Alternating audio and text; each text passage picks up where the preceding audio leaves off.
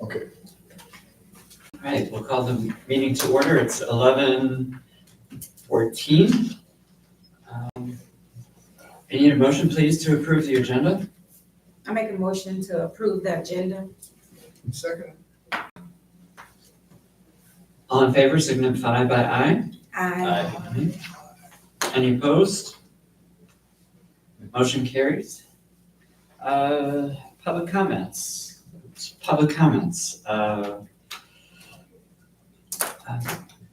Vaughn, did you have something you'd like to bring to us?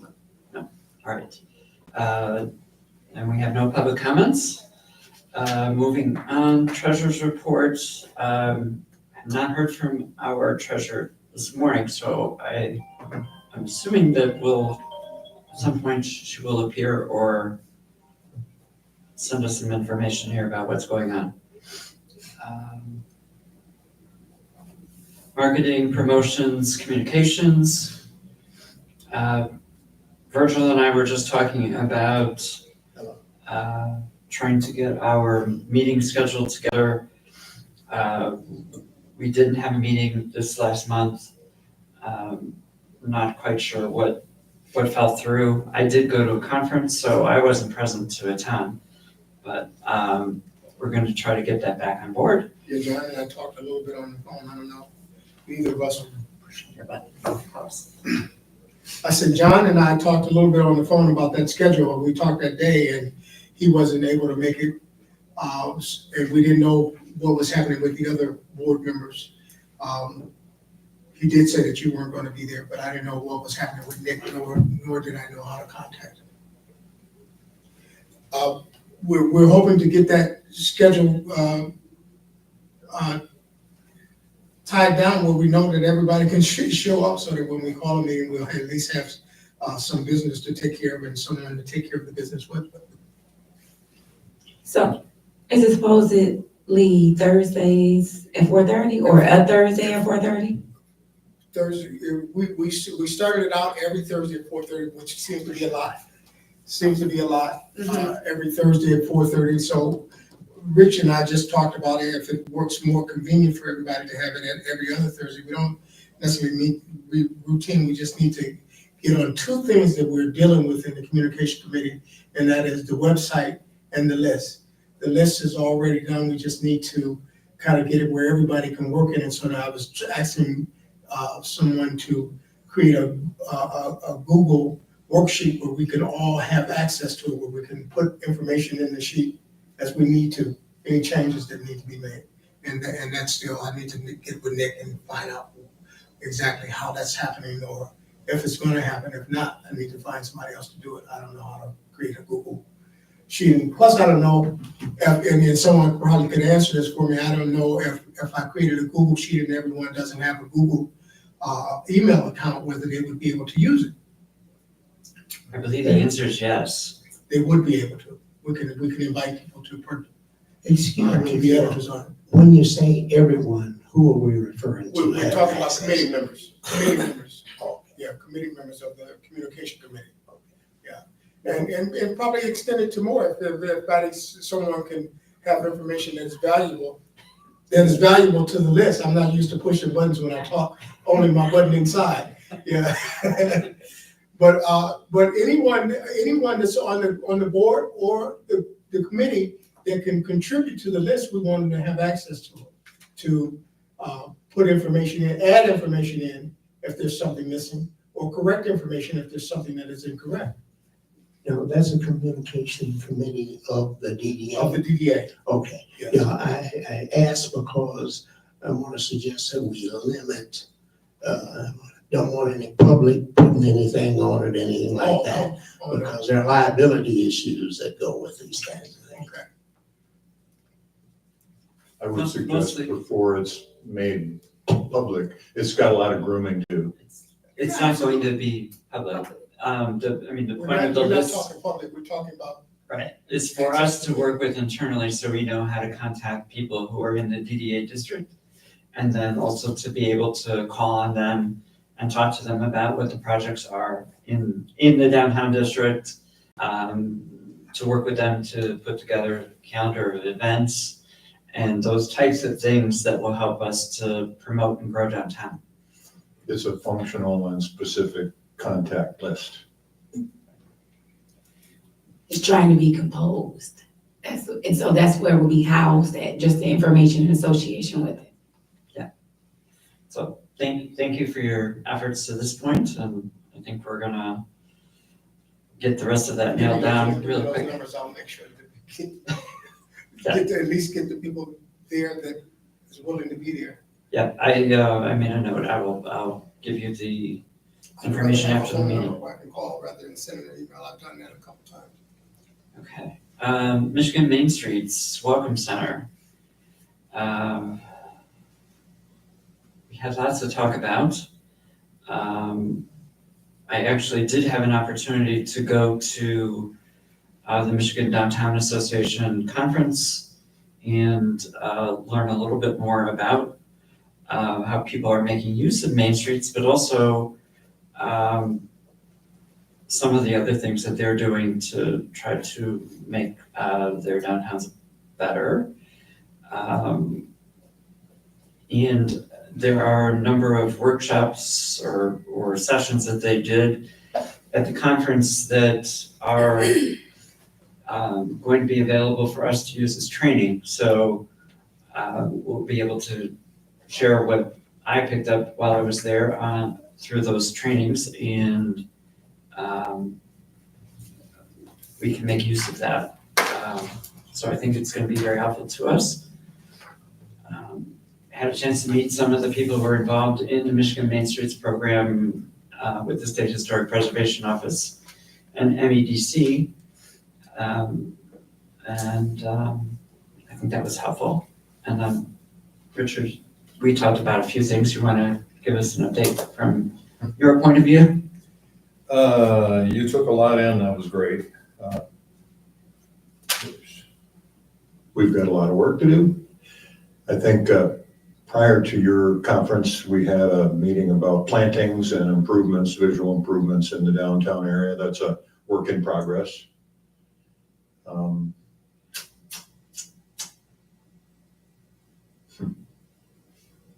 That's about all I've got right now. So the conference that you attended, it was strictly for like a DDA related? Michigan Downtown Association. So professional downtown managers, some DDA people, some city staff people from different cities who are involved in their community and economic development departments, and State Historic Preservation Office and Michigan Economic Development Corporation. There were classes on how to get rid of the things that are dragging your city down, how to position your downtown with developers, attracting the type of development you want, and ways to work to provide incentives, some planning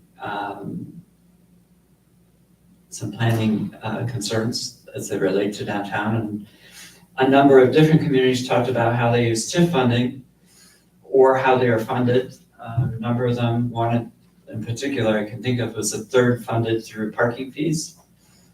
And that money gets reinvested in plantings and maintenance of the downtown along with their TIF money.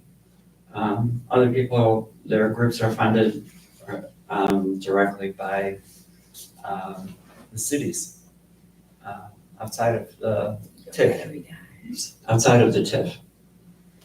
I asked because I would be interested in going to some conferences or something of that nature for structured trainings or, processes and procedures in relation to the DTA.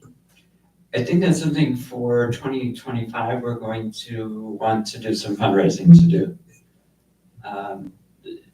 That conference would be helpful to all the board members. I don't recall where the conference will be next year, but it would be very expensive for individuals to go and stay someplace. I was fortunate enough to have some place to stay. And this year, there was enough money in the budget somewhere to pay for it through the city, but to send 9 or 10 of us to, I can't remember where the next place is going to be, is going to be beyond what the city can pay for and probably needs to be paid for through money that we raised to do that. So I think that's something we can do. We So just the need to- annual, They do an annual conference. okay, I didn't know if there was like additional or other things that may come about aside from this one is what in regards to trainings. I know we were doing videos and different things, like hands-on Right. and in person is helpful. So I don't know, I know it would run across your desk versus ours, being a part of the planning commission and other things you're a part of. So just to know about some opportunities similar would be awesome. You were gonna be able to share some of the content of the meeting, which we should be able to benefit by your being there. Right. We will have access to that stuff electronically. I haven't received the link yet, but there'll be links for the different things that I went to. So they are. There is, yeah.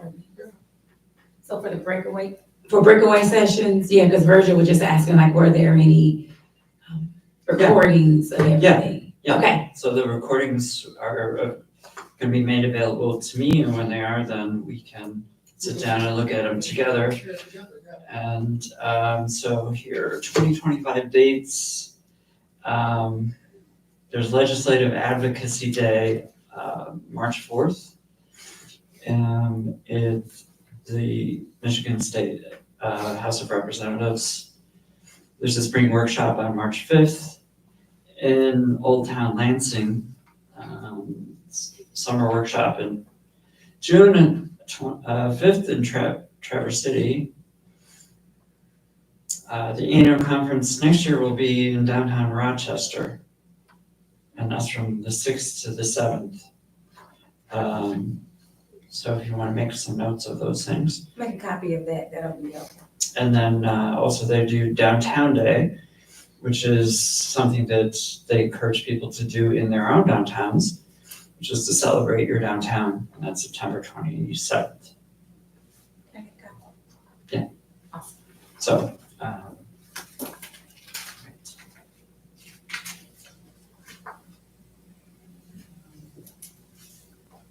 one other thing, we kind of have been adopted by Farmington. Okay.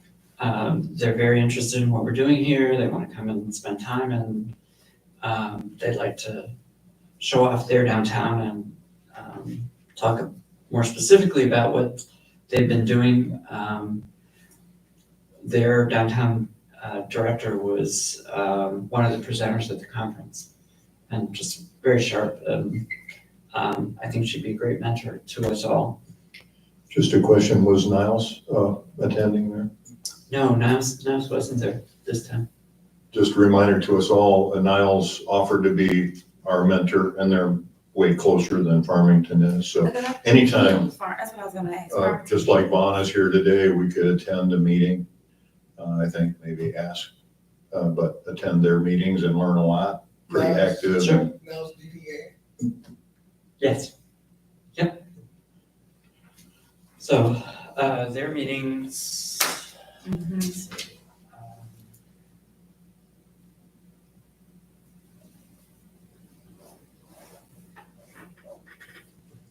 Niles DDA meets on the first Thursday of the month at 4:30 at their city hall.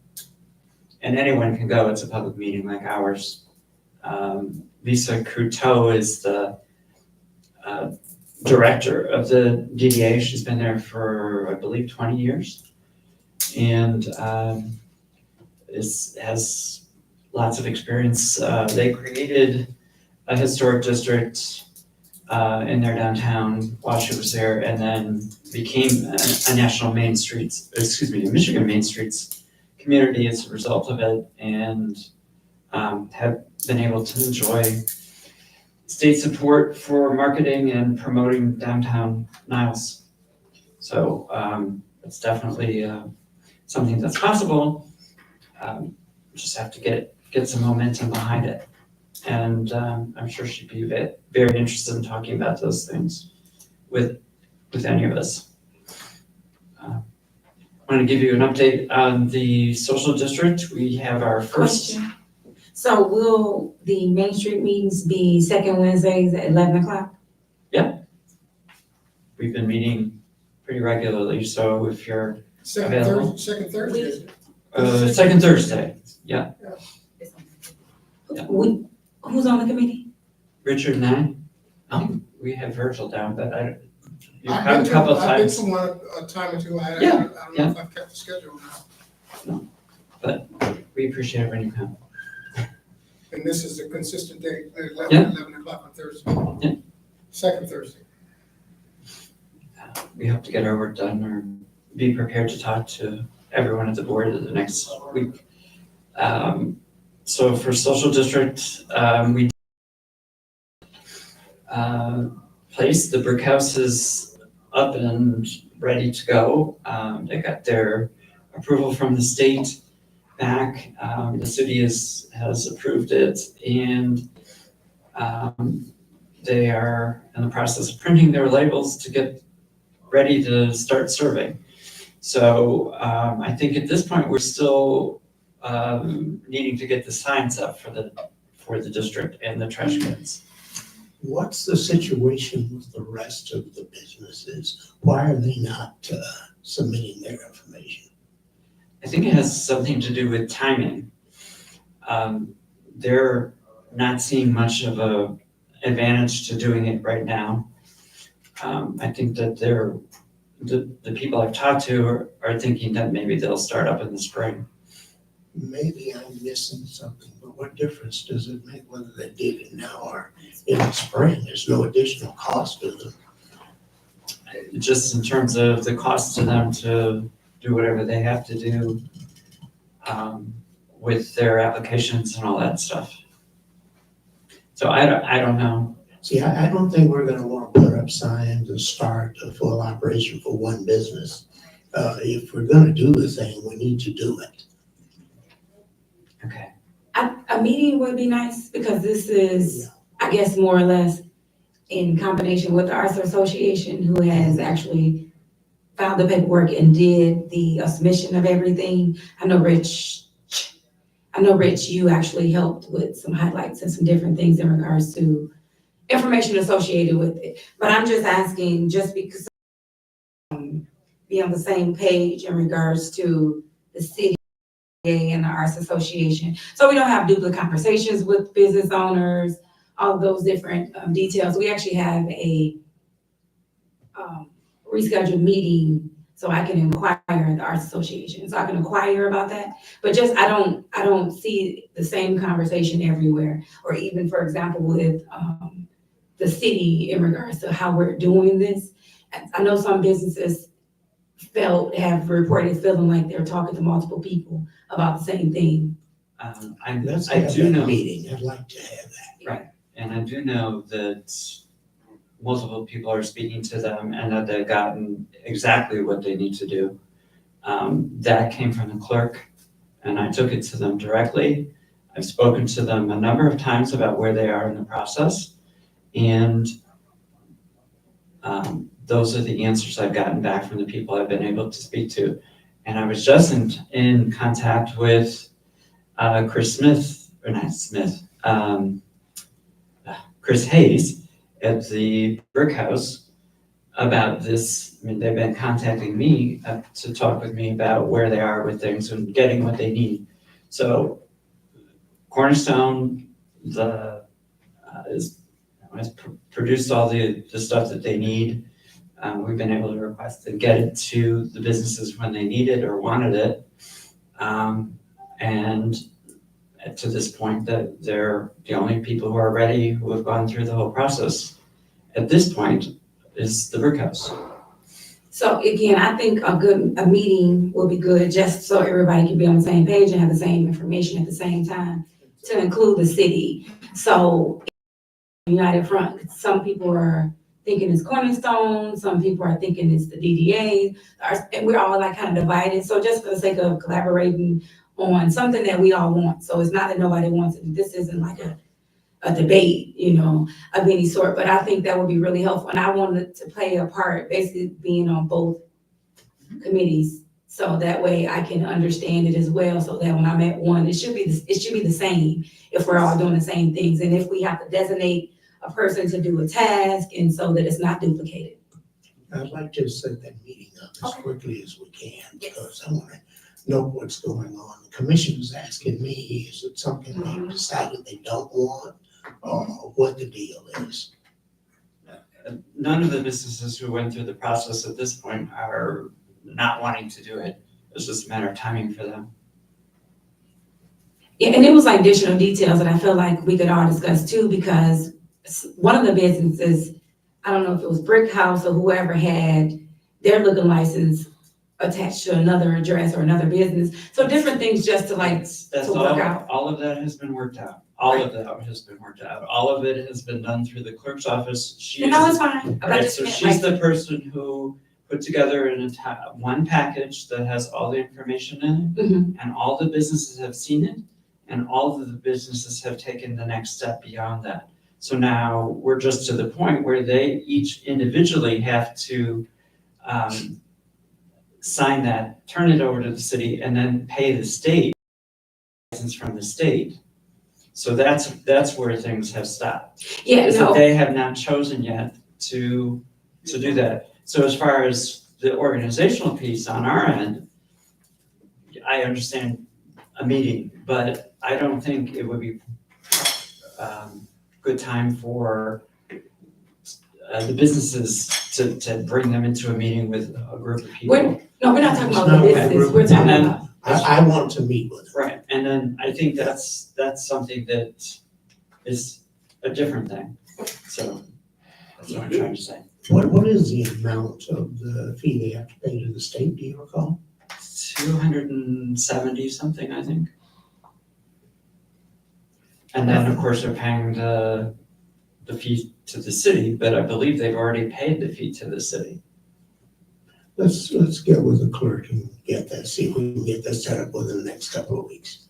If it doesn't exist, and I think it may, but maybe it's in long form, just a bullet list of check items. I think it probably exists in some form. Oh, the clerk put To do- together. Yeah, I think she did a great job. An exhaustive. Right.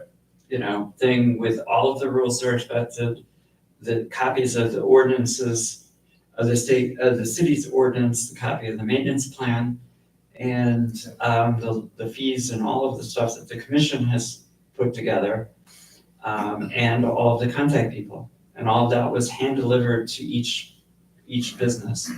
So we know that they have it, we do know that they're interested, it's just, we don't know the current individual reasons for not moving forward. And so a small discussion with people about that, perhaps with the manager or the manager and the clerk, to see if there are obstacles we could clear as a city, I think might be helpful. so, I'm sorry, city manager, if you could maybe have Rona from your schedule, and she can be included, I'm sure. I'd like to invite all of the DDA members to, and all of the arts district people, so we got everybody together. Because I would have thought that this Christmas season would have been an opportunity where that might have practical usage. I mean, people were able to just walk around from business to business downtown, and I would have thought that would have been one of the objectives.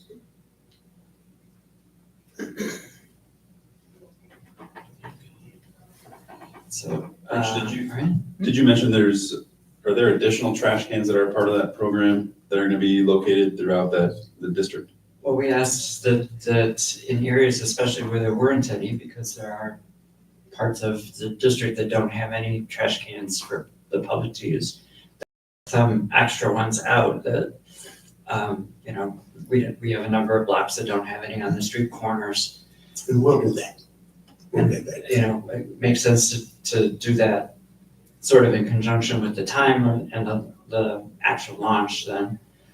The city would benefit by litter cans at convenient locations every day of the week. So are these the recycle ones that we? No. Right, so yeah, a meeting would be nice, because I have questions too, and I know some of the questions that were, or some of these topics were brought up by this commission, especially the recycle container or having, some kind of recyclable. So I know you're saying a trash can, what would the recycle consist of? So just like a meeting, so we can move on from here for now, but a meeting would be great. All those issues were discussed by the partnership, and at this point, nobody's moving forward with recycling. That was a decision that was made by the people who are involved in this partnership, including the Arts Association, Cornerstone, the city, and unfortunately us. We're agreeing to it at this point because the city doesn't have a plan for recycling, and there is no money in these fees to cover the cost of adding some sort of recycling service. The $50 fee that people are paying is strictly just to cover some of the time it took to organize the stuff that the city had to organize, and also, a few dollars would be left over for these extra trash cans. It doesn't even cover the cost of emptying the trash cans throughout the year. So like a meeting would be nice, like we're referencing we, but I don't know what I've learned from the social district as a part of the DDA. So, and then I would like for it to be consistent from, whatever vantage point I'm coming from, even as a community member, right? Or advocate. So if we could have a meeting, that way I could ask some questions that I have. I don't want to take up more time during our meeting. And I would like to simply get it going if we're going to get it going, or if we're not, let's say so, move on. Because all of the process moving forward for one business would be. Well, we get the advantage of, in the walkable section of downtown, we get the advantage of having this amenity in place.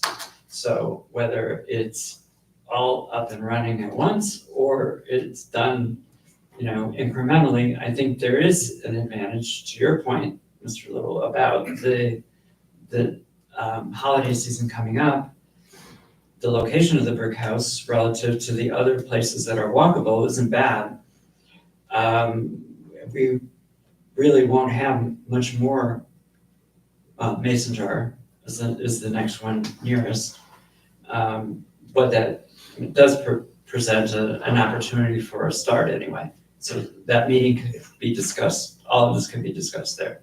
That would be good, because one of my concerns would be if we were to try to roll it out for just one business, I see us having another problem if people start to see people walking around. Next thing you know, we got people with cups that don't come from anybody. And how you gonna, I don't want it to become a major policing problem. If we go ahead and businesses, if they want it, go ahead and move it along, then we probably would not have that kind of problem. Okay. Thank you. But physical, the labeling and all that would need to happen before even one business starts to activate the system. The labeling is on the businesses, and the labels have all been produced, and the files have been produced with the artwork distributed to the businesses. And they have been given a source for how to get the labels printed if they choose to order them and go ahead with stuff. And that's where Brick House is at this point, planning to do that. And so, again. My topic was more of the geographical labeling. Right. Oh, well, yeah, I mean, they'll be marked. We'll have to do that. That'll be necessary before day one. Right, and that, I think that's also part of this conversation of, do you put up the signs and have one business, or do you wait to put up the signs and launch the whole thing when you have several? So either way, we need to be in touch with everybody to figure that out. Right, and so do all the board members know what we're talking about right now? Talking about the social That's a district. social, yeah. I don't know a lot about the social district because I've never seen it. I've heard a lot of talk about it, but I haven't, how it works in the mechanics of it all. Right, and what our Still a role question. in it would be. Yeah, And there is one right next to us in St. Joe, if you wanted to just go over and I've experienced there, sort of experienced there. I saw the signs that they got on the Oh, right. sidewalk showing what the district is and what the area is. Sorry. Yes, St. Joe. It's so that, It's so that, and Richard can really probably attest to this, if they don't use the mic and trying to hear it later on YouTube, we won't be able to hear each other. So that's what the mic is for. It's not for us in here. It's so that it'll project through the system and the recording I process. understand what it's for. It's just I have to remember to use it. so that's the importance of it. You want to be heard, right? Well, not necessarily. I want to be heard in this room.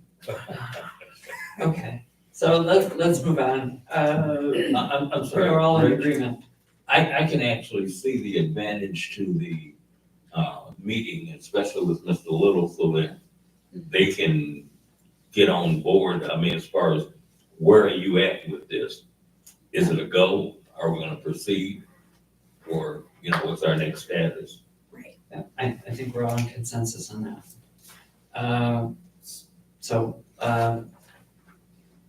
I think Mr. Little, you said Tiffany would be sending them out? yes. Okay, Great. Tiffany get together. all right, moving on, we've got, electric bill to pay. If we have a motion, please, to pay the electric bill. I so move.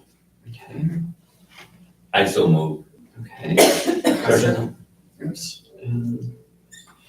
All right, it's been proposed, or, anyway, all in favor, signify by aye. Aye. Okay, motion passes. I have a question. Sure. I needed some water. I have no ice. So how long are we staying open? We're staying open through, continuing to stay open. The winter. Yeah. Yeah. Okay. We got, our lease was extended and we're paid through December. In December, we'll talk about January on, but yeah.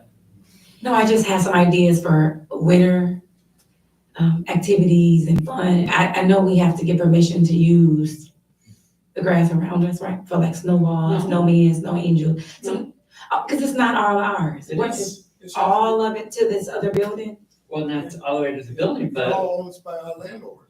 Oh, right. Okay, duh, that's what it is. He all owns, it's so. Right. Okay, I have to remember though, because I think before I was You- art association. right, the Arts Association Take my has to hat get off. permission, Which hat? right, to use any of that, but we're paying the rent for one whole section of that property, that, where there's a change in the elevation, it starts to sink. Mhm. We go right up to that concrete piece that's right there. So we've got one whole big chunk that belongs with the DDA. Okay. And as long as we're in it, Paying rent. it's Yeah. ours. That's that. We're still working out details with the mural. That murals project has turned into kind of a strange thing.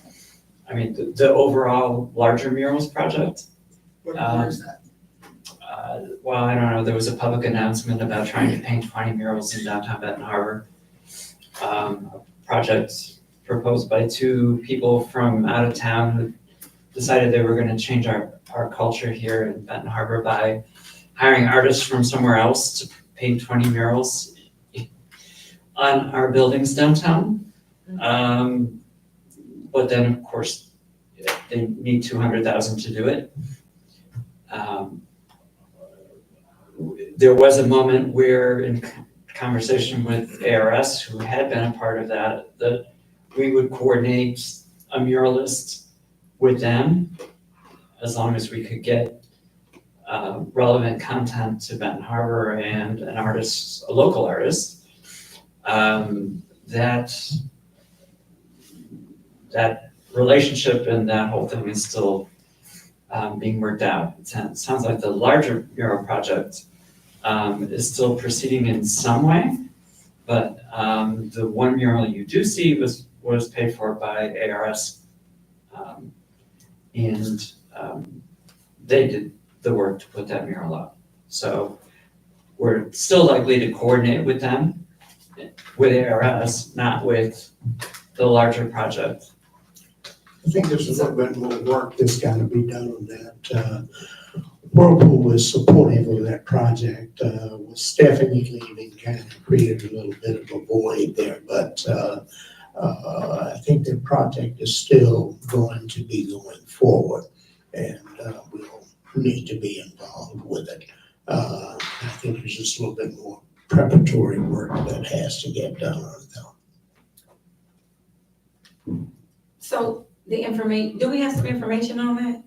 Like in regards to, because I've heard about it in different settings, right? So like our role, or, I mean, in regards to even choosing an artist as how you reference it, like, so if it's not this larger entity that's from some other place trying to come here. So like how, I know, but aside from us, well, not aside from us, with us being the DDA, what was our role? Did they come to us, or is it just?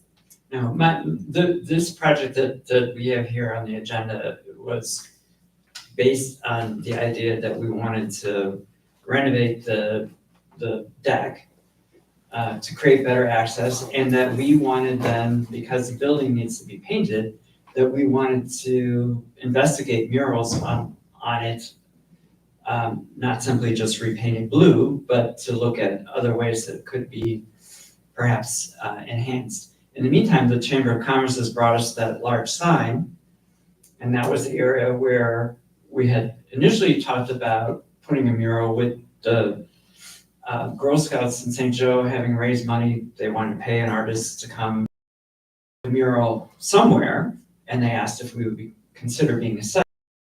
In the meantime, the Girl Scouts have gone in a different direction. The Chamber of Commerce brought the big sign, which is still there for a while. They're thinking that the sign will travel. I don't know when they plan to relocate it, but in the meantime, we're enjoying having people come to the Welcome Center and seeing us from a block away. And the grant program that would fund this is a Hometowns grant through T-Mobile. With their cycle, all of this stuff came together just as they were making their decisions for this year. So we have until next fall to get together whatever it is we're going to do. ARS Anna had contacted me to say, would we be interested in being part of a larger project?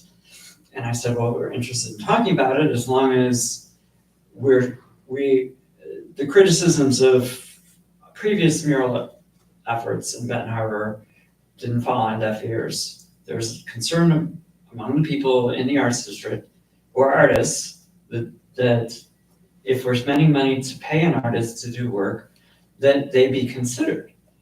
And then if we're doing a mural in Benton Harbor, that the content of the mural, the subject matter, should be relative to its location and to our culture and our city.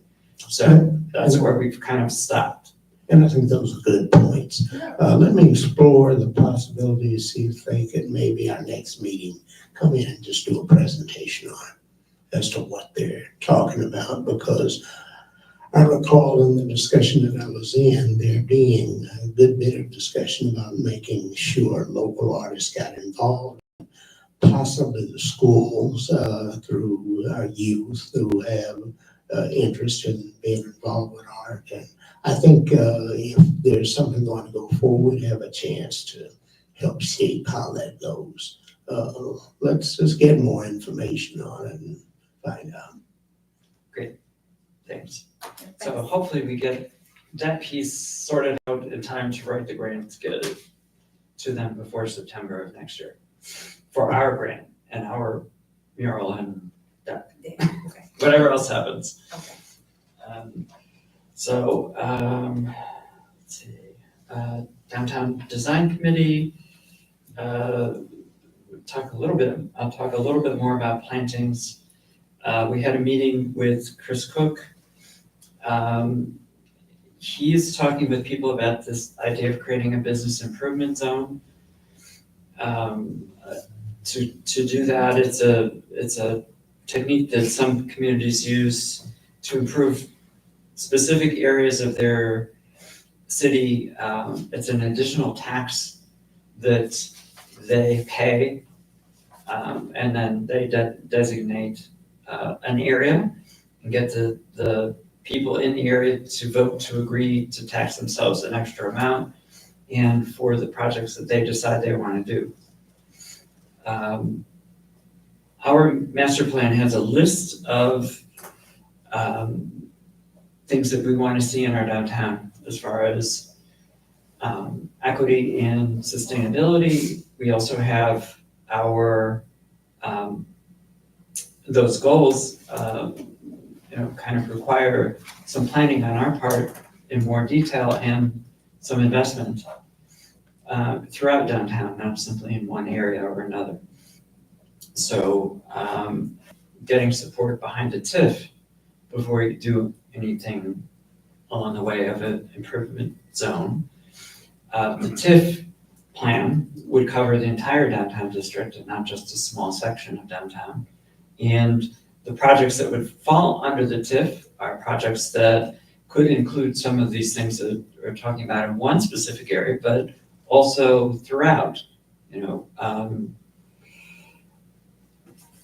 TIFs fund everything from purchasing property for rehabilitation to meet our equity goals, to replacing broken street lighting and other upgrades to infrastructure and plantings that need to take place. So for us, in general, DDAs are funded by TIFs and their projects are all based on those development plans. So we're trying to negotiate with them or discuss with them, waiting on a BIZ, business improvement zone, BIZ, until at least we get the TIF in place. They have the same input that everyone else does in what gets done in the development plan through the engagement part of the process to put a TIF together. But those are not additional funds. They're not taxes on businesses or property owners. They're taxes that people are already paying. It's just a capture of an increment of the increase in value after properties are improved. So that's used to fund things. You can borrow money against it and do all the work at once, or you can do incremental improvements based on the plan that you submit when you create the TIF. So that's where we hope to go with that. Could I share some input from the city perspective on that? We would really like to see the improvement zone go forward first and some commitment from the businesses in terms of doing it.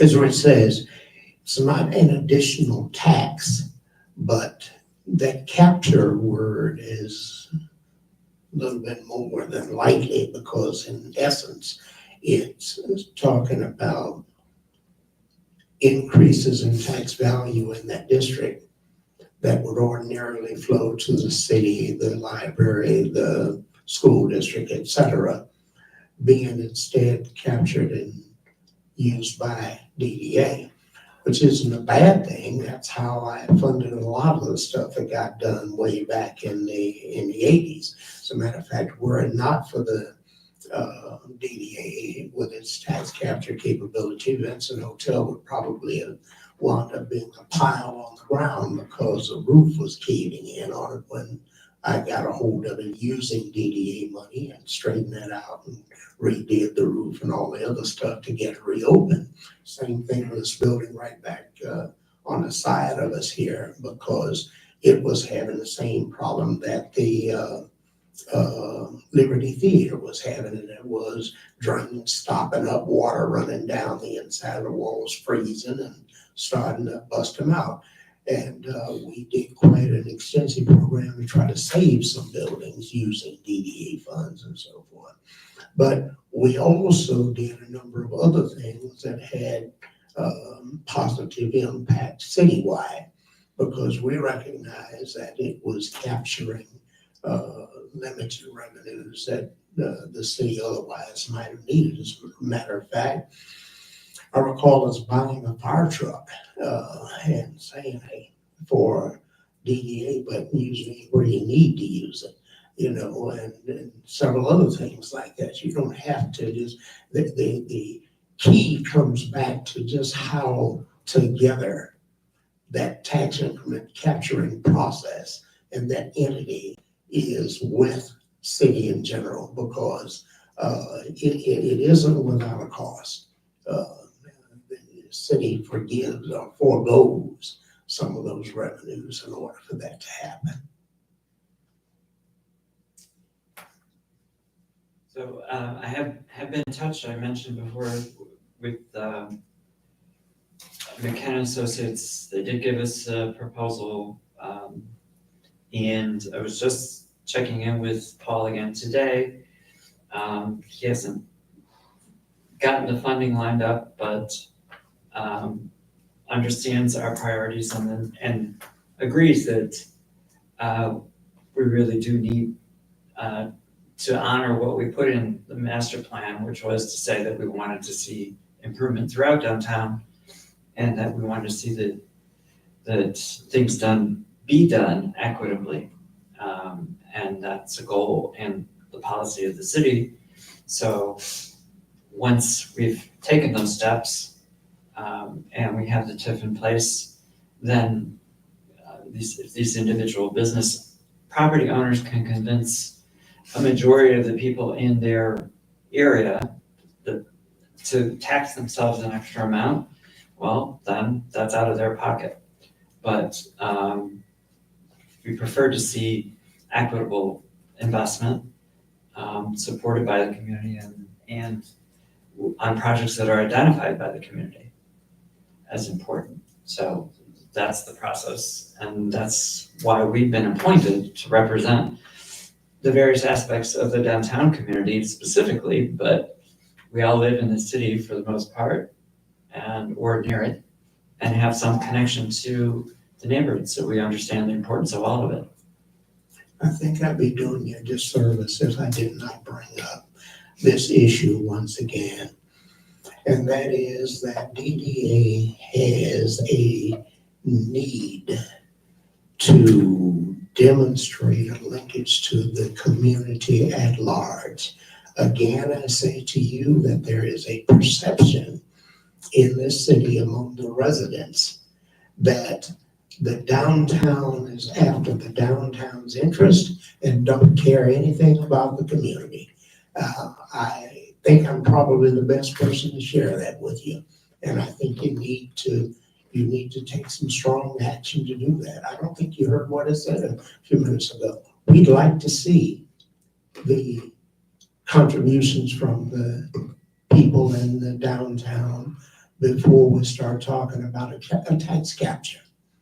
Because once again, just what I just mentioned, there needs to be a demonstration of connection with this community.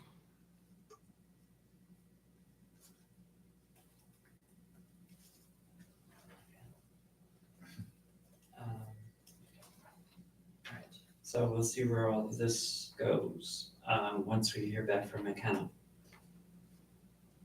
And yes, and we do, I mean, if people have questions about the Downtown Development Authority or the relationships, there certainly are reasons that people have those questions. So we just need to be very clear that this is about carrying out what the community has said they want to see.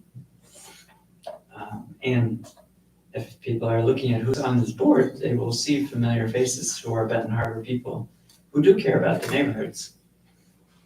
So I do think that, you know, to the extent that we can work with other groups, we need to, and I think we're trying to. We have partnerships throughout the city.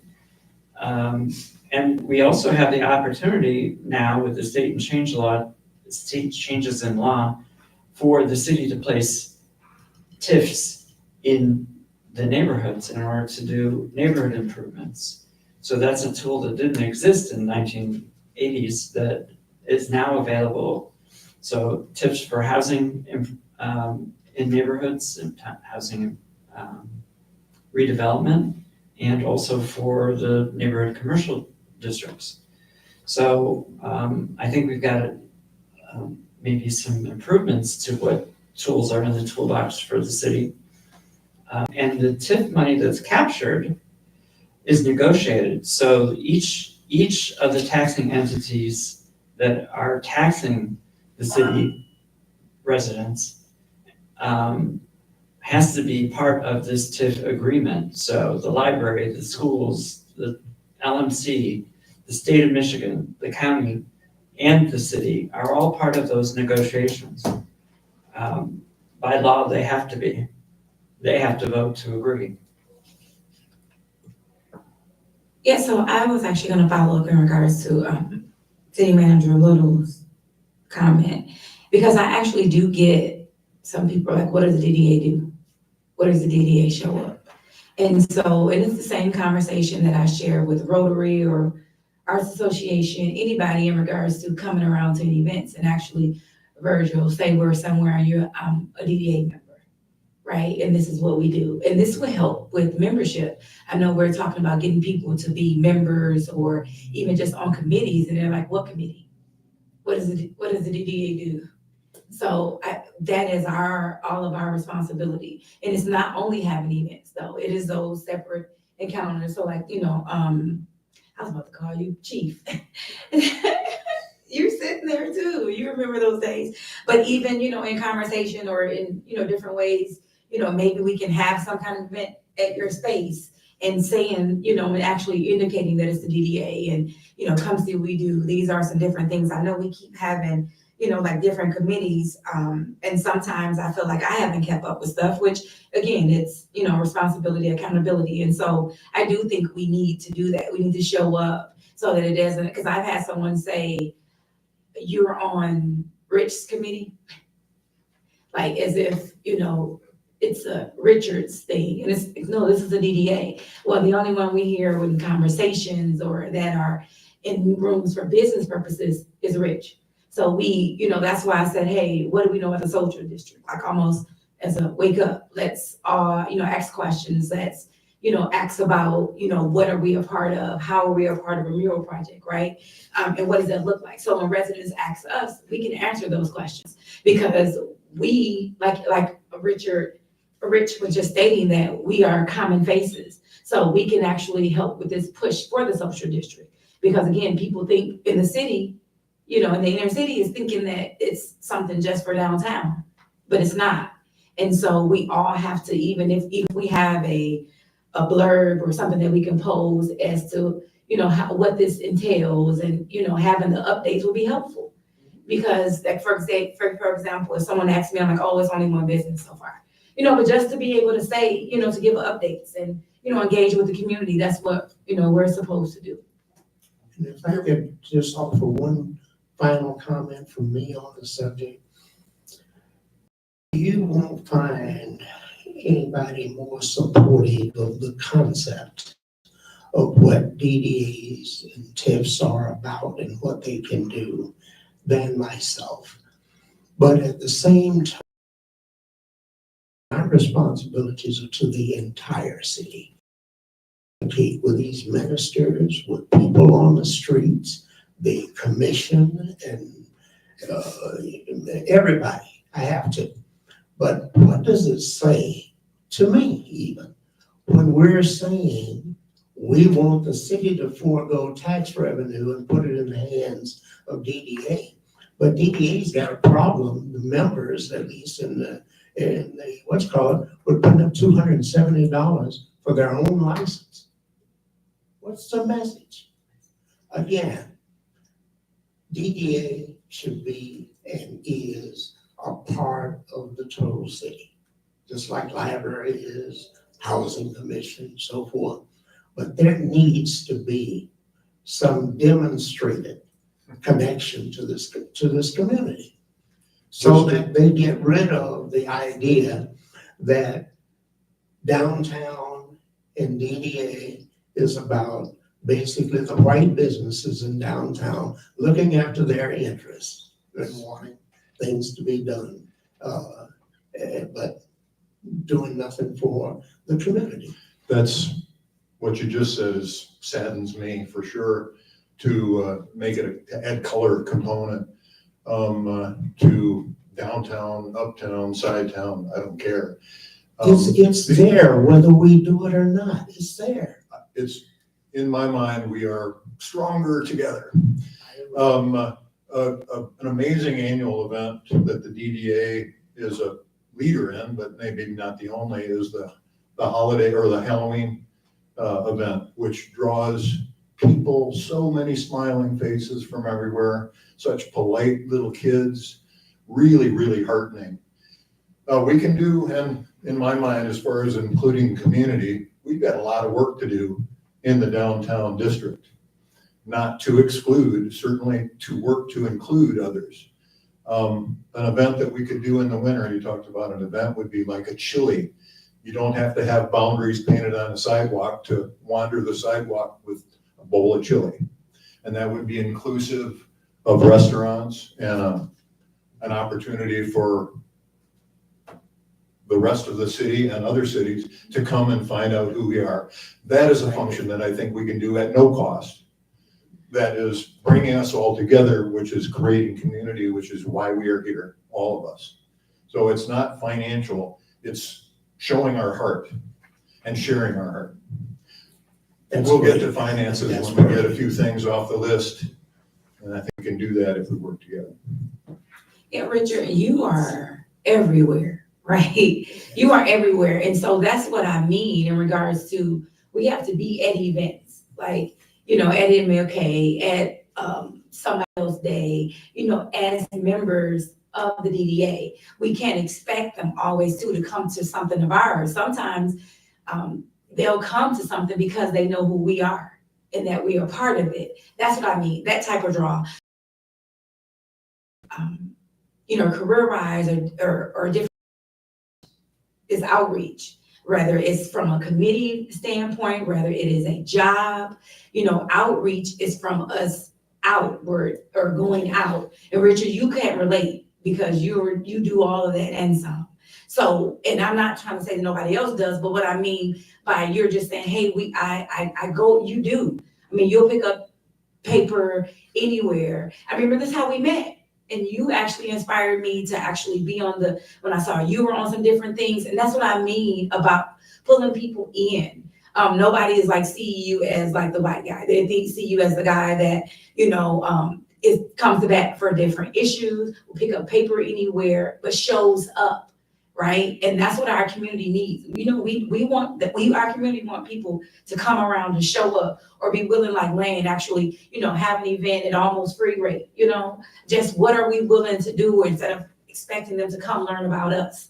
That's not how it always works. And so it needs to be a balance because they're gonna need to show up. And then the Halloween event, they don't know, I don't think from just how it happened, they don't really know how much we were involved. Right? They just know they came around in this area to get candy. They may not even know what the district really is. And so, you know, and when we give out the candy, we're promoting something else that's happening. We're not really even talking about us because we're trying to, you know, go on with the festivities. But even if we had like some kind of little presentation when they came in, like, hey, come back to the Welcome Center. This could be a kid day at the Welcome Center. You know, things as to, it's just more outreach. I mean, you guys know I'm outreach community, and I'm thinking about, and I say I have the same conversation for Rotary, for Arts Associate, anybody. How many of us are seen outside of the meeting in the community?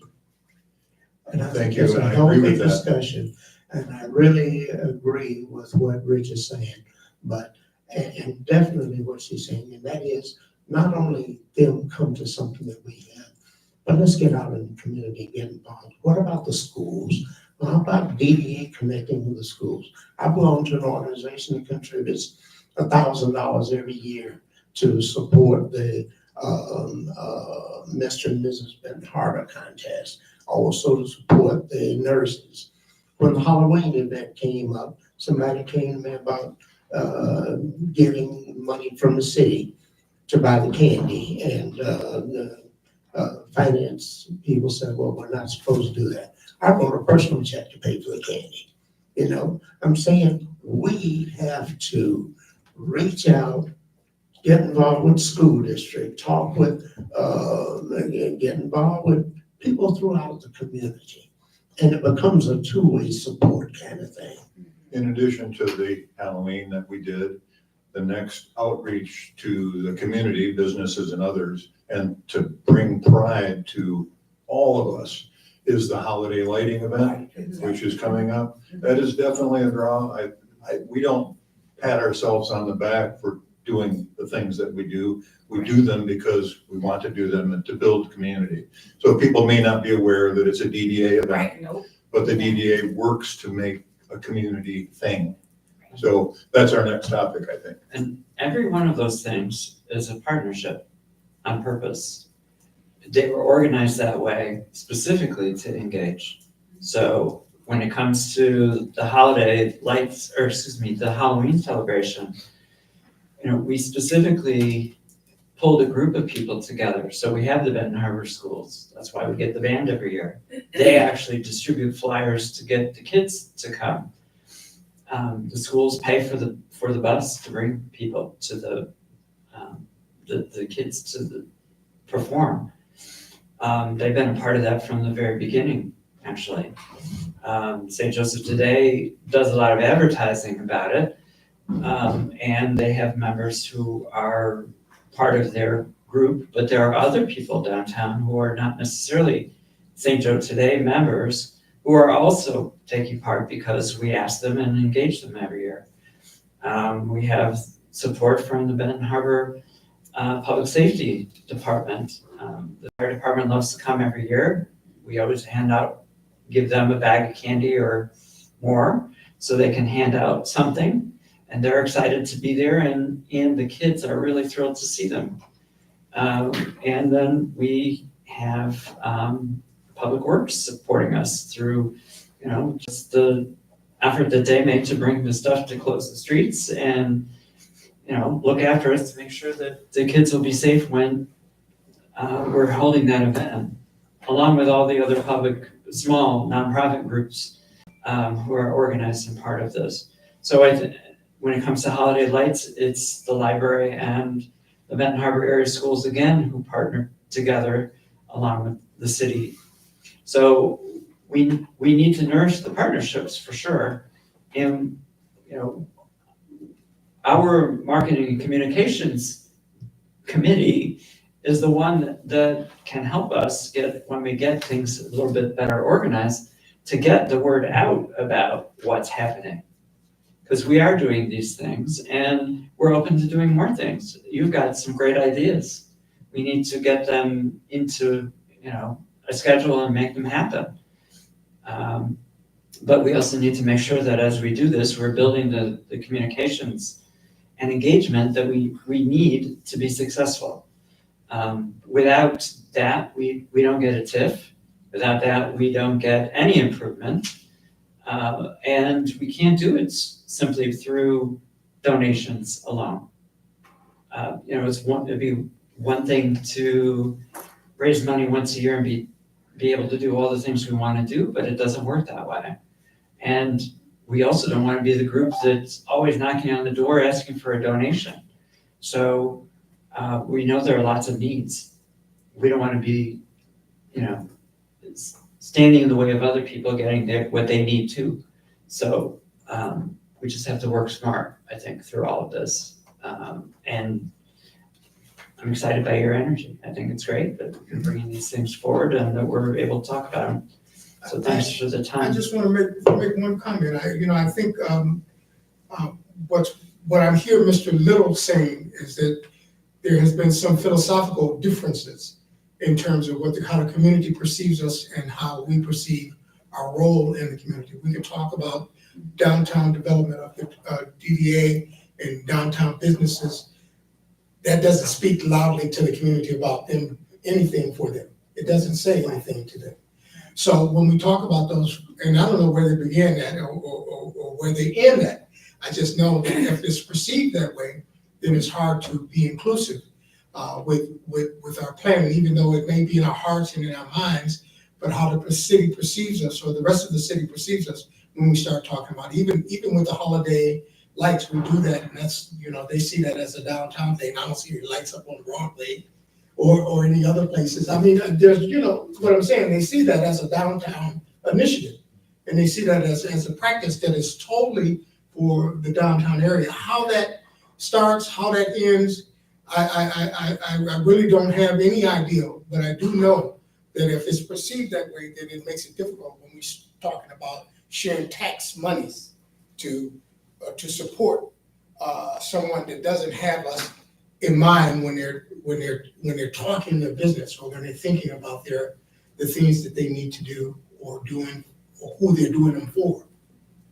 I didn't used to immerse myself in the holiday lights for whatever reason, but I have since I've been involved here. And last year in particular, I spent a lot of time down here trying to keep things going. There is so much community heart that comes out. It's like Halloween, but obviously a different season and a different event. But it drew a lot of people from not downtown, from the neighborhoods to our city to enjoy and basically just enjoy and love what we are and what we want to be.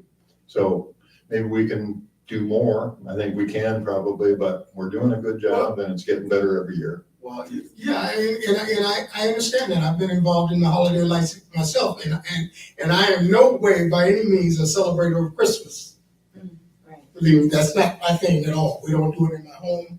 We don't do it in my life among my friends or anything. But for the DDA, I'm doing it as an initiative for the city of Benton Harbor and those who participate in practice. That I'm willing to do it to some extent. But you're saying it's beyond you, it's for us. Yeah.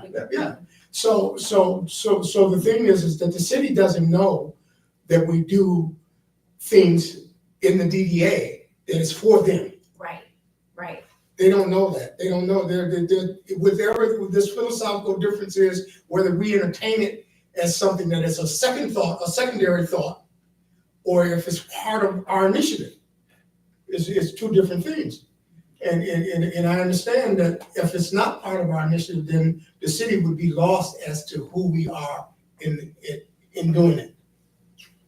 So all this discussion I've never heard in there. So And you're right on target with that perception issue. And one of the things I want to try to do is like we mentioned about what you're going to do with the Christmas lighting. I'm going to talk with the clerk and chairman of the Economic Development Committee for the next meeting. Like to put something on there to say appreciation to the DDA for its work on the holiday lighting. And we have a representative come in there and simply say, hey, DDA is pleased to be involved in helping to put this together and so forth. And I think the point that's being made is it's not going to happen without a conscious effort. And that's what he's saying. So we can deal with that perception issue. So let me give you a little background on how we got involved Can I say something in real quick? let me finish. We got involved in this project at all because of the fact that the Parks Conservancy was having so many issues and disintegrating. So we were asked to become involved to try to preserve some kind of celebration for the people of Benton Harbor. That was the only reason that the Downtown Development Authority got involved in doing this. And as the sort of person who pushed it among the board members at the time and continues to do it every year, this is meant to be a gift. So if the message got twisted on the way out, it's not about downtown per se. This is meant to be a gift to the people of Benton Harbor. When we had people at City Hall who organized this, and brought all kinds of people downtown. You know, it was a wonderful cultural experience. And that's what we were trying to replicate at a smaller scale without that budget. And, you know, every year we hope to grow it and to make it more successful. But it's only meant to be a gift. I mean, businesses can put up whatever they want to put up if they feel like they want to decorate. This isn't about them. This is about having a place that we can celebrate, and the name Holiday Light Celebration is specifically meant to be respectful of all the holidays that are celebrated in December through February. We don't want to exclude anyone. That's one of the reasons we don't make a big push about, you know, this being a Christmas thing. You know, Christmas is one of the holidays, absolutely, but we have others that we celebrate during the season of light, and we want to make sure that people do feel welcome and included. And just for a brief history, the beginning of the lights, in fact, started with DDA back in the 80s. That was one of the things that we funded. Putting up lights, we had banners up on the poles and even had the poles changed. It was beautiful, and then it kind of ended for a while, and then Mini Sims brought it back. So I'm doing this because of my experience with Mini Sims. Great wrap up of history, and thank you. So, thank you, and I'm sorry, Deidre, is there something more you want to say? No, I'm just gonna say, talk about the power in the park. Did we remedy that? Is that a thing? I'm still working on that. In fact, I was late coming up because I was waiting on a call back from Ron at Bedouin, but I'm working on it. And I only said that too because I thought about it during the activities, and when anybody has any activities down there, and it has been brought up a couple more times, so I was like, when you put it on the agenda, you could reference that's the importance of you working on that project and appreciation for the DDA that would need all of that working for holiday lights, you know, to the commission. That topic came up with Rootbound last night. They were trying to get their lighting working. Maybe you're tuned into that. He said he was waiting for a call back from yourself, I think. So Jake, State Farm. yeah, Jake at State Farm. I was gonna put up the lights on the big trees around the edges. Let me know that he's ready to start soon, but he's booked up, of course, but also was kind of waiting for the fences and stuff to come down. So far, that issue has not been an issue for us. And hopefully things will get straightened out when he gets started and he'll have what he needs. Wanted to let you know too that the IM has offered to put lights on the big tree, to bring their own bucket trucks with their own crews and pay them to put up lights. So I think it's a wonderful offer. I did not want to go out and spend thousands of dollars because I think it's going to be at least $1,500 to $2,000 to buy the lights that we need to cover that tree without having a conversation with all of you and getting your feedback. And we said no. You said no to 5,000. So, and 5,000 and paying somebody to put the lights up. So now we've got free services, all the equipment we need without an extra expense, and less than half the price.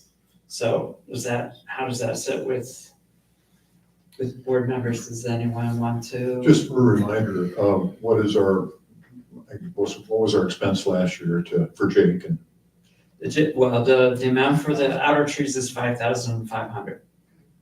So, And we talked in another meeting about having the big tree added to it, which would have been an additional 5,000. right, That's what we're talking about right now. Yeah, that's what we're talking. so if someone would like to make a motion, we could have a conversation, a discussion. but I would like to entertain a motion to spend up to $2,000 to purchase the lights. And this is for the purchase of the lights, not for getting it done. Right, no installation, no equipment costs, just simply for the additional lights. And the lights would be ours. It would be ours, and I also don't expect to pay 2,000, I just want to have an upper limit. I'm planning to try to get a donation, but I can't guarantee how much will get donated. So, can I have a motion, please? All right, Mrs. Fields, and is there any support? I support. Okay. All right, any more discussion? All right, hearing none. All in favor signify by aye. Aye. Aye. All right, motion carries. We won't spend more than 2,000, and hopefully we'll get them for half price at least. You'll let me know that I need to do a stand-in. Yes, and Virgil's volunteered to kind of be on site when they come to make sure that somebody's there to help guide them if they have any questions or make sure that things get done the way we hope that they should be done. Well, I guess that covers it. Never mind. You will be around too, Well, Richard. we'll be there. No, it actually does open up a thought, which I won't take too long to separate, but care of city properties and city center park is a prize that we have, and we tend to abuse it. It's still recovering from water line work and electrical work and a scar that was created when a fitness station was heading in and turned around. Those areas are all still recovering. A little bit of work that Rootbound did made some scars.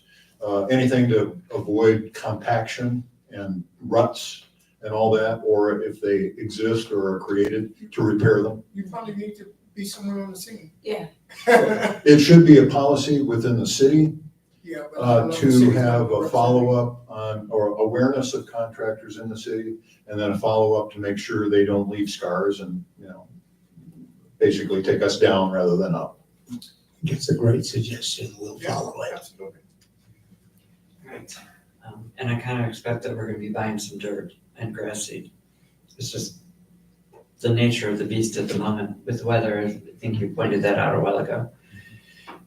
Unfortunate, but maybe we can coordinate that with the repairs to the area that you're talking about with Rootbound.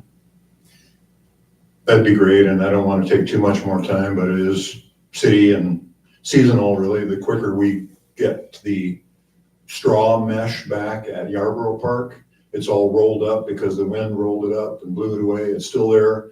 If it was put back in place and seeded, then we would have a chance to recover for spring. If we don't, we'll recover by a year from spring. Whoever the contractors are that are involved, maybe they're aware of that. And the only other thing is the water is now off there, but it appears that the lines weren't drained. That's being done. Thank you. In fact, all the parks there, Union Park and the other. Right, so moving on, State Theater update. You can see that we're nearing the end of the pre-design and feasibility for the state building itself. We're awaiting the written engineering assessment. They've been trying to get through to the part of their company that did it and get the information back to us. They're also waiting for the estimating because they're going to give us estimates for the designs scenarios that we've asked for. So we'll have an idea of what actually the cost of rehabilitating just that building will be. On here you can see also that there's a proposal that you've got a copy of from Whiteman Associates. This is for what we talked about at past meetings. It's to cover the additional costs of investigating the building next door and doing the same work that's being done on the theater building, on that building, so that we can determine whether or not the building can be used for the purposes we need it to be, or the land, to provide the extra spaces we need to make the theater a successful performing arts venue. So they'll go through the same processes of engineering assessment and report, along with designing spaces, doing some design concepts for the spaces that we're asking them to produce. You know, we need dressing rooms, green rooms, in order to comply with ADA requirements for larger bathroom spaces and maintain closer to 400 seats. Moving the restroom facilities out of the theater building and into that building would provide us with the space that we need and maintain that number of seats. So it's definitely something we need to do before we make a decision about how we move forward with the theater itself.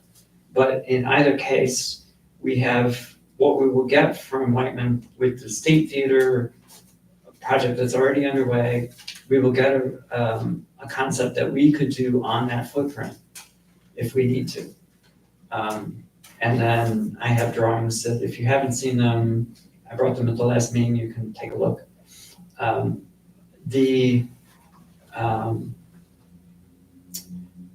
If it's feasible and it makes sense for us to do it, buying the other building and moving forward with that is also will be determined by what we learn through the process.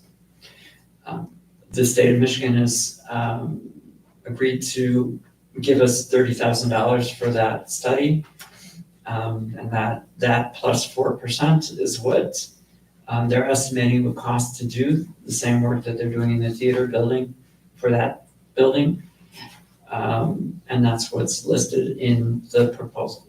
So I'd like to move forward with that. We need to submit this to the state to receive those funds before the end of December, otherwise we lose the funding altogether, and it's not available for anything other use. The state legislature appropriated it for this specific use. We would definitely be remiss if we didn't. I absolutely make a motion that we All right, submit this. thank you. Second. Yeah, second, third. All right. So the meeting on December 17th, what time is that meeting? That's at 5:30. Okay. So that's a committee meeting that you'd be welcome to come to. Okay. And was gonna explain to our friends at home. We had a meeting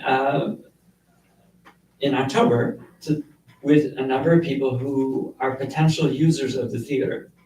So we presented to them the concepts that we have at that point, what we had to show, and talked with them about their level of interest in using the space for productions. Had really good feedback, I think, and some great interest, and we're somewhere close to probably 10 different groups who will be involved. We expect that there are others. This is just a quick attempt to kind of organize people into more or less a creative group who can give us advice about the final design phases, but also for us to build our business plan for the operation of the theater based on what revenues we think we can anticipate from their uses, what a schedule might look like for the year. So I did not put down a list of who those people are, but I will name off a few just off the top of my head. I'm sure I'll leave some out. But basically trying to get the people who are around us initially. So the Ghostlight Theater has expressed an interest in producing musicals there, especially larger shows. The Citadel Dance Center is interested in doing recitals, Citadel and musicals, because they've been producing musicals. The Citadel Music School is interested in performing there.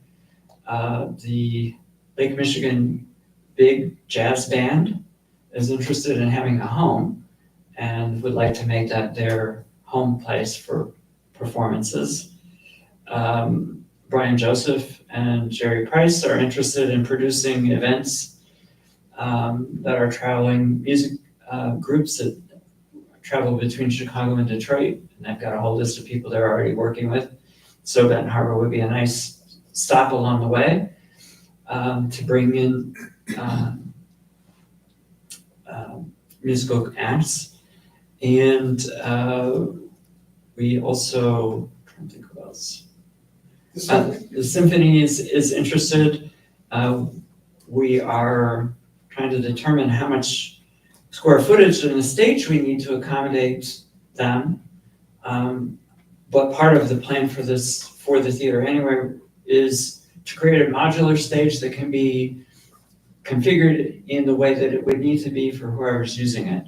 Because there are times where you don't really need much of a stage, or you don't need any stage if you're showing film.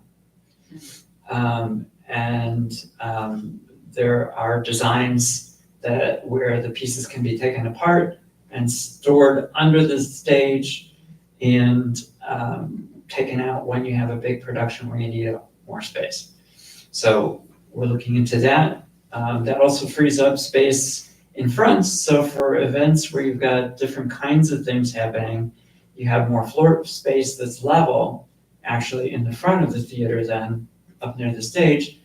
So, things like fundraisers, maybe where you want to put out some tables or something, or you want to have some kind of music where you want a place for people to dance, if it's not a big group performing, and you can put them on a stage, smaller stage, you'd have room for dancing in the front. So it would add to our flexibility and hopefully keep us busy all the time. Have any of you paid any attention to what's happening to Elkhart and the theater down there? It was just in the news just recently. They're opening their theater, and I think it's probably about a $15 million project. And they had a big grand opening for it, showing the first movie that was ever shown there, free popcorn and all kinds of stuff for the residents. It was just a big production after they finished the theater. Yeah, they've got a great place. Yeah. Yeah, definitely. I know that's in Indiana, right? Yeah. Well, and larger, but and they've got lots of money, which is great. Well, yeah, it seems like most of the money came from the community. Yeah. But they got a lot of state money as well, but Yeah. the community was the big support. Definitely. So we know there's interest. I mean, that many people are willing to give to a project like that in Elkhart, even though they have more people and more money, perhaps. We do know that we have community support. And once we have something to show them and to talk to them about, I think we'll do pretty well ourselves to get this together. Yeah. We're getting close to that point, which is what I really want to say. Ms. Fields? Along those lines, I was just wondering too, if we had thought about having like a close by, how Richard had said before, like a mentor, like, so how did Elkhart do that? Are we able to like consult them? We're pretty sure the DDA probably doesn't own it, right? But that's something The city does. the city does, which is, okay, the Same DDA. But what I meant is, that is another way for us to stand out, right? Like that the city knows that we're responsible for the state theater, which was huge in the city. That's different, right? How are we highlighting that, except from the one clip, I think the news guy came, but, and, maybe even asking Louise to, provide some kind of updates, and so that, come to the meeting and see what we're talking about. Same way they promote for attendance at commission meetings for this could be the drama, literally, Sure. of the state theater. And I that think we we're come learn about. definitely nearing the time for an update. I'm waiting, at this point, they've done some initial takeoffs, but I'm waiting for the final. We've got renderings of the facade, and through different photographs of the building that through the years, we found enough information to be able to show people the 1942 facade of the building, which we hope to restore to. So we'll have a beautiful color rendering of what the theater will look like when it's completed, with the marquee and all of the lighting on the marquee that hasn't been there for decades. So I'm really excited about that, and I think that's something that we would definitely want to show as many people as possible and get the word out. And I think that's also going to be the point at which we're ready to kick off our public promotion of the project and initiate a campaign. So we're just on the edge. I had hoped through our original agreement with Whiteman that all of that work would be done in August, so that we could have done all of this kickoff stuff in this year. But I really think, based on timing now with the holidays and stuff, we don't want to get lost in the shuffle.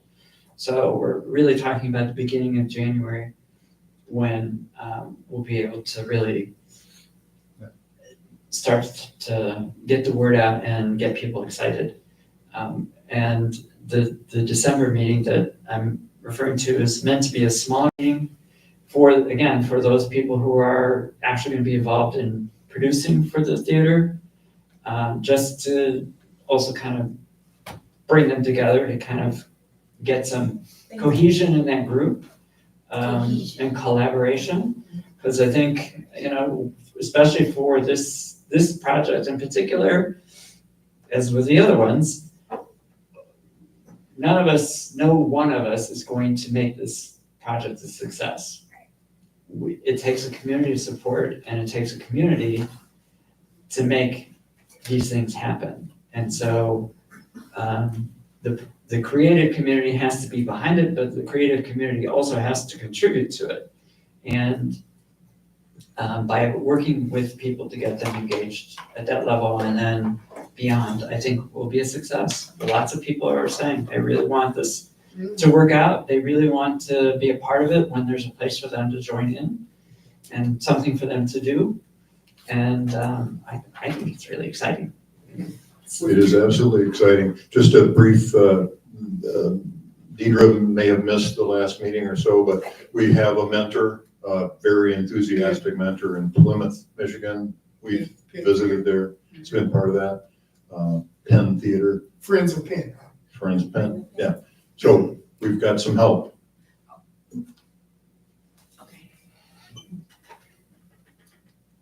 Or just two comments, I guess, we should also, like, I heard recently the Kalamazoo State Theater closed. Sad.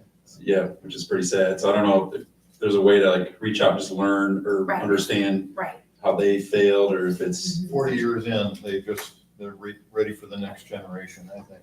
How many years did 40. 40 years, yeah. Right, I so the remember owners 2 years are ago, Yeah, ready to, yeah, it's owned by a family. okay. okay, so it's privately owned and they're hoping somebody else is gonna, Right. Purchase it. Yeah, Right. sell it. And they're keep gonna it going. like mothball it carefully. Yeah, and, I didn't want to mention, be a downer after you mentioned the Elkhart Theater, which is a wonderful success, Oh, to get to that point. Yeah. But they went through that same process of having a dark theater for decades and somehow mothballing and keeping it standing until they were able to start to improve it over time. So it's a process.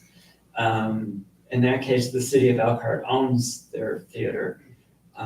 In case of Kalamazoo, theater. So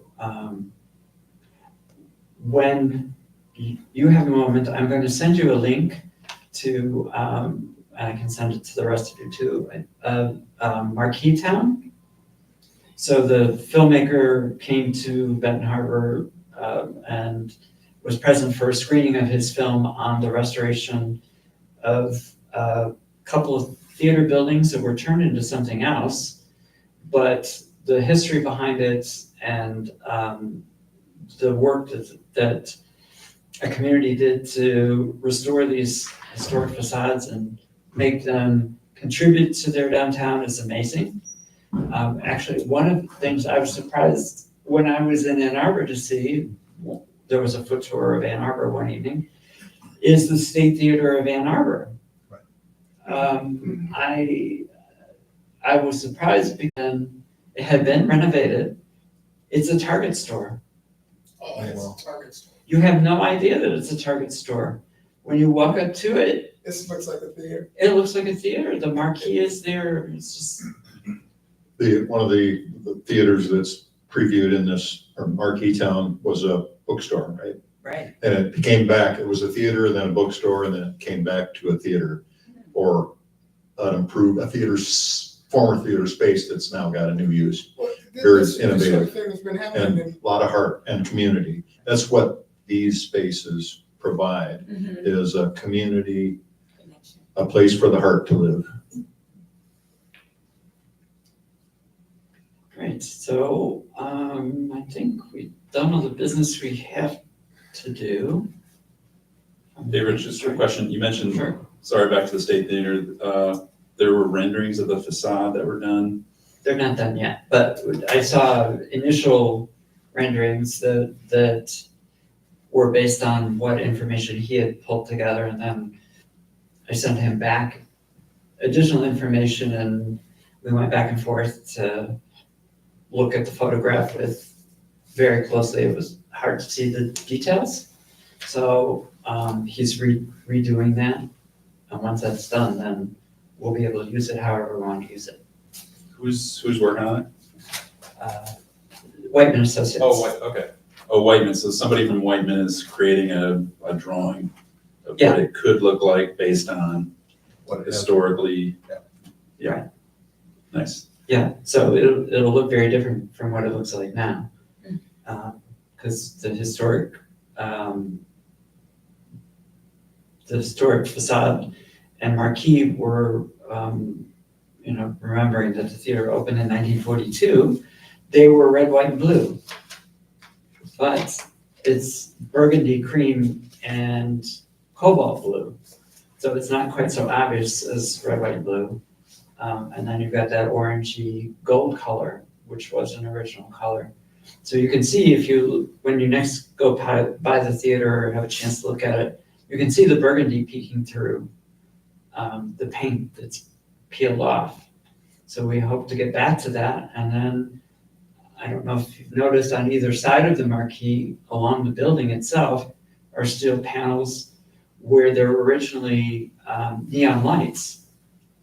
So the whole front was lit all the way around with neon and the little lights underneath and all. So the facade will be much brighter when all that gets put back together. And so December, a company who was president of the Michigan Downtown Association is coming to look at the building at the terracotta, because that's what that original facade is, and to kind of do some measurements and get an idea of what it might cost to restore it. This is the same company that did the restoration work of the Michigan Central in Detroit, and they do work throughout the state. It's their specialties, restoring that kind of stuff. So we're getting a free estimate. Thanks to the event yesterday, Benton Harbor's in the light, I'd say nationally, probably, as the story grows, for the good things going on here. And the theater can be another good thing coming up. So, anyone have comments or questions or anything that you want to bring up? Next time, we'll put it on the agenda. All right. Yeah, if actually to that point, if you have things that you want us to talk about, please send them to me, because I will definitely put them on the agenda. Maybe just a question.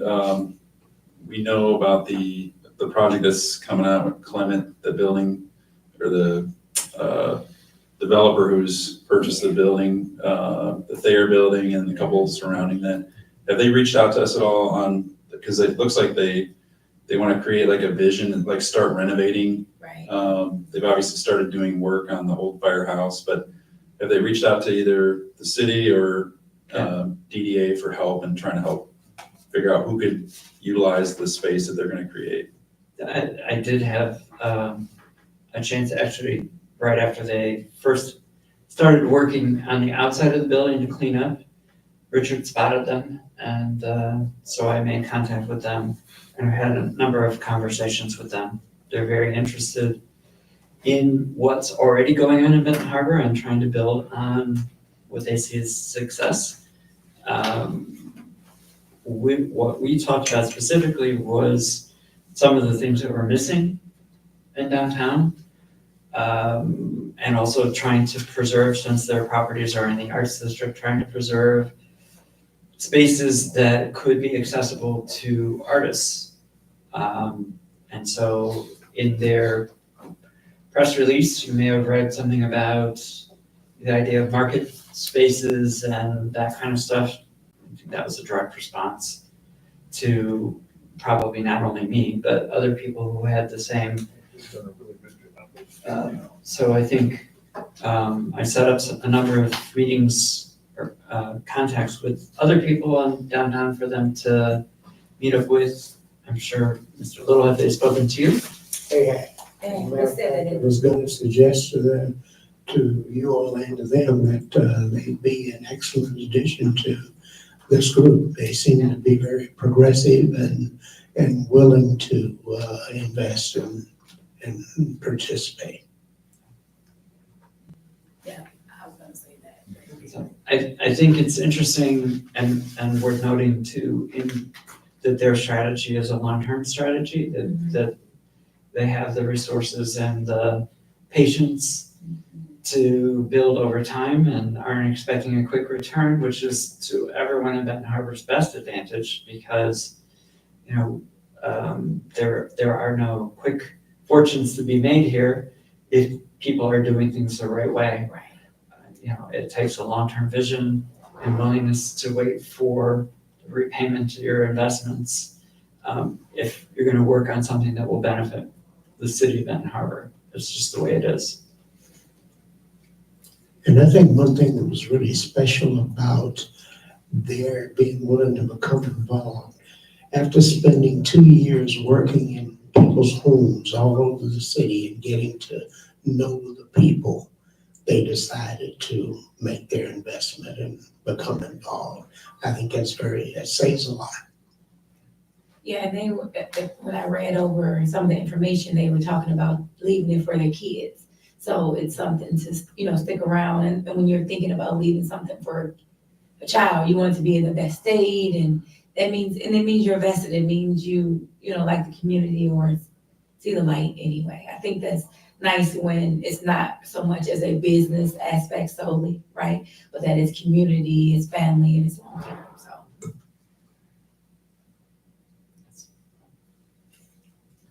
That article was really well written and really motivated a lot of folks and maybe, made them increase the thoughtfulness for long term. Yeah, great. Yeah. It might also have made, created a little competition, which is, Yes. I think, a good thing for the city.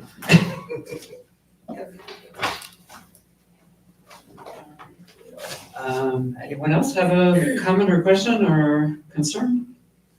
No? I only, I guess, just a couple things, safety wise, I've reached out to MDOT, I'm gonna do it again because I haven't seen action. The roundabouts and the islands around the roundabouts often get attention this season, preparing for snow and things becoming invisible from being visible. I have a contact, so I'll follow through on that. I've tried to remind them that the detour signs are hazards. On a windy day, they end up wherever they end up.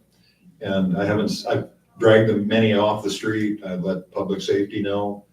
I got a thank you from public safety. I didn't get any reply from MDOT.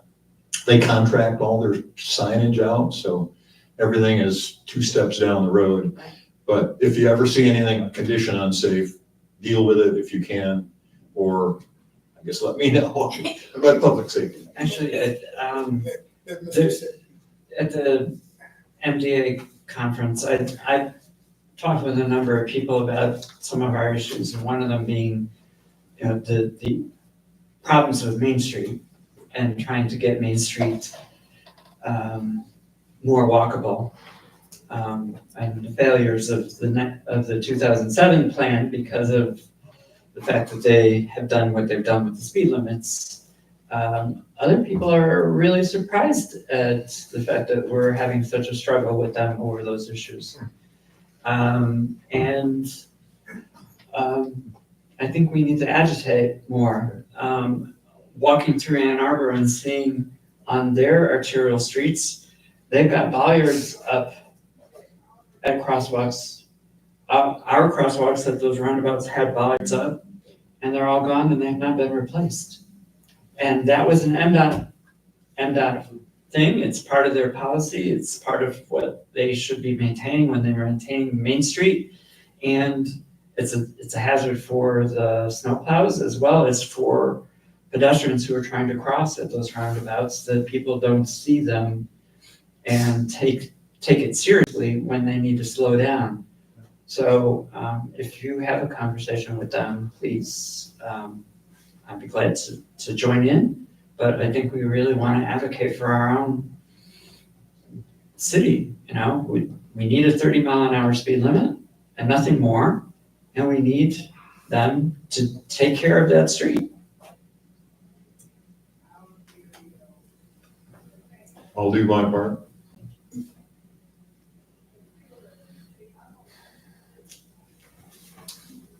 Just one ending note, I think we're probably about to end shortly. John, when you were here, we were talking about the communication committee. And I asked Rich to give me a list of phone numbers because I think I would be better able to coordinate this. Our meeting time, if I had a phone number where I could talk to everybody directly rather than waiting on a response to an email or a text. So we'll try to get those meetings set up at the same schedule of Thursdays at 4:30, but maybe not every Thursday, but every other Thursday. And I'll call everybody and try to coordinate it if that's okay with you. Yeah, it's good. Perfect. One other thing, Oh, sorry, you didn't we haven't chosen a date or time for the next meeting yet. No. For the next meeting, yeah, I'd like to coordinate it so that we can make sure that we're gonna have some attendance. It's Rich and you, Rich and I asked for Nicholas Gunn, who was not a board member, but a committee member. And try to get one of those days. We gotta get it around his schedule and his school schedule and your work schedule. The rest of us are pretty flexible, I think. one other thing, if you're done.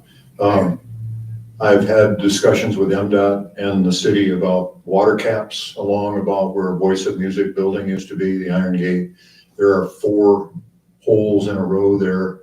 They've been maintenance issues forever. The last, I think they're probably all uncapped now because I don't know why. But the last inverted cap, which sticks up above the street instead of down, is now gone. So I think there's probably 4 open holes that are about 8 inches in diameter that need a long-term solution. They've been an issue. One day I saw a cap pop out of a hole and kind of tangle with a car while it headed for the curb. I don't know if there's any, I know that Avonmarsh has been involved in that, and I don't know if there's any solution, but that's a safety concern that I have. The other thing related to contractors that I hit on earlier was, I guess we know the location of the fitness station or whatever we're calling it that's going to go on Water Street there now that the slab is in place. I expected that was going to be closer to the neighboring building, but there it is. Yesterday I came across a contractor crew that was working for Comcast, and their horizontal boring equipment was on the new slab, which is not 30 days old, but they were there. I sent you a photo yesterday. when I saw it, and they're out there today again, not on that slab because they completed that work. I didn't inspect the slab to see if it suffered, but that's an example of contractors that need orientation. The homes you're referring to, they on territorial? Main Street, from the bank, to Happy Pucci area. Mr. Marquardt is familiar with that area and those holes, maybe not the current status.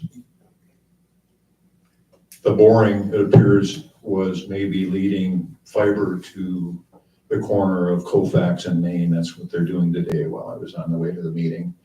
And I don't know, maybe you do, how they get approval to do their work. I know that same crew actually hit a water line in my neighborhood, which made a big mess 2 years ago. So, somehow keeping an eye on that sort of thing.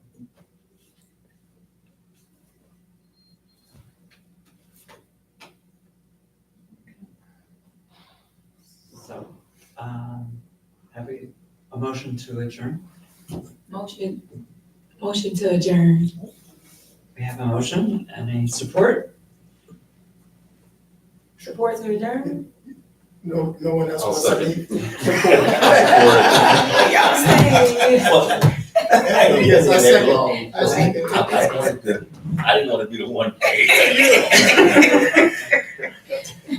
All right, We've so, adjourned, if anybody's, I just have one other thing that isn't officially in the meeting. I had a follow-up from Relief Michigan, who is, they're a organization that helps communities around Michigan plant trees and enlighten residents about the value of trees and the benefit, health, environmental, everything else. Really? How do you? Relief Michigan, relief being leaf spelled, right? Oh, Yeah, and they're great. I've been aware of them for a while. They helped us plant trees in Union Park, many of which are continuing to survive. Some of them are not. But their purpose in this initial contact is to come and make a presentation. And I'll learn about what that means, but that would be a step forward. I would hope that we would welcome them, because we'd love to have them come back and do some additional stuff with us. And we are in the process of trying to obtain a tank that we can put on our vehicles to be able to help water these trees and so forth when they need it. That's great. I thought, I don't know, with maybe your approval, or if you just want to pass this on, I've communicated casually with Dane about this topic of trees and this organization. Right. So I'll go ahead to him and Do so. coordinate on that.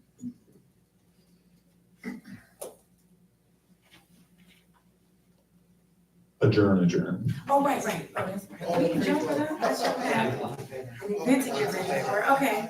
Aye.